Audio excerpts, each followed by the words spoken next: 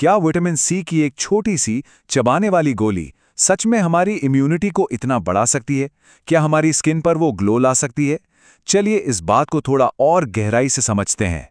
देखिए, हम जो भी बात करने वाले हैं वो एक एक्सपर्ट की राय पर आधारित है, जो उन्होंने द इंडियन एक्सप्रेस को बताई है। इससे ये पक्का हो जाता है कि हमें जो जानकारी मिल रही है वो भरोसेमंद है। तो चलिए सबसे पहले बात करते हैं फायदों की। आखिर ये विटामिन सी हमारे शरीर के लिए क्या-क्या कमाल कर सकता है, देखते हैं। तो जैसा कि डॉक्टर अमित सराफ बताते हैं, नियमित रूप से विटामिन सी का सेवन घाव भरने में मदद कर सकता है, फ्री रेडिकल्स को रोक सकता है और त्वचा को एक स्वस्थ चमक दे सकता है। मतलब इसके फायदे सिर्फ इम्यूनिटी तक ही नहीं रुके हैं, बल्कि ये हमारी स्किन और बॉडी की हीलिंग के लिए भी बहुत जरूरी है। और यहीं पर एक बहुत ही दिलचस्प कनेक्शन सामने आता है, कोलेजन का। विटामिन सी असल में कोलेजन बनाने में मदद करता है।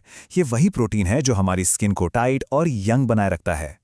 तो अगर इसे संक्षेप में देखें तो एक तरफ ये हमारी ओवरऑल इम्यूनिटी को बूस्ट करता है और दूसरी तरफ हमारी स्किन की चमक को बढ़ाता है, डलनेस और पिगमेंटेशन को भी हटाता है। मतलब चमक और सुरक्षा दोनों एक साथ।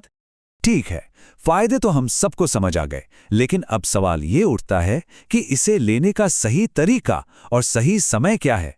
ये जानना भी उतना ही जरूरी है। तो सबसे अच्छा तरीका यह है कि इसे किसी मील मतलब भोजन के साथ लिया जाए, और खासकर नाश्ते के साथ। ऐसा क्यों?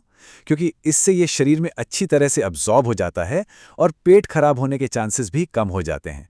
एक और दिलचस्प तरीका है जिसे कुछ लोग फॉलो करते हैं।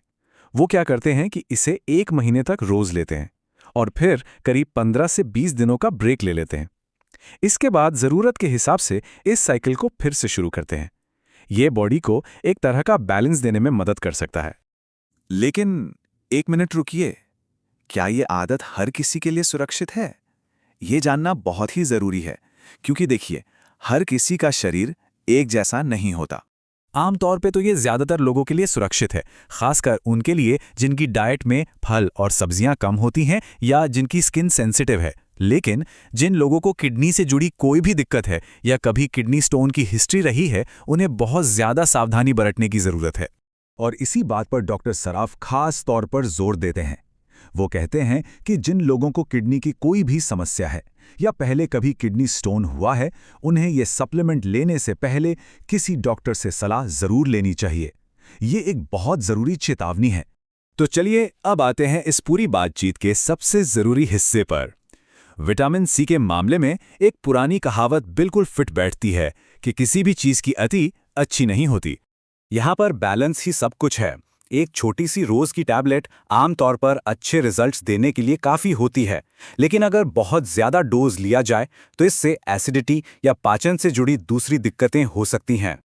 और हाँ, एक बात हमेशा याद रखनी चाहिए, सप्लीमेंट सिर्फ एक सपोर्ट हैं, वो असली खाने की जगह कभी नहीं ले सकते।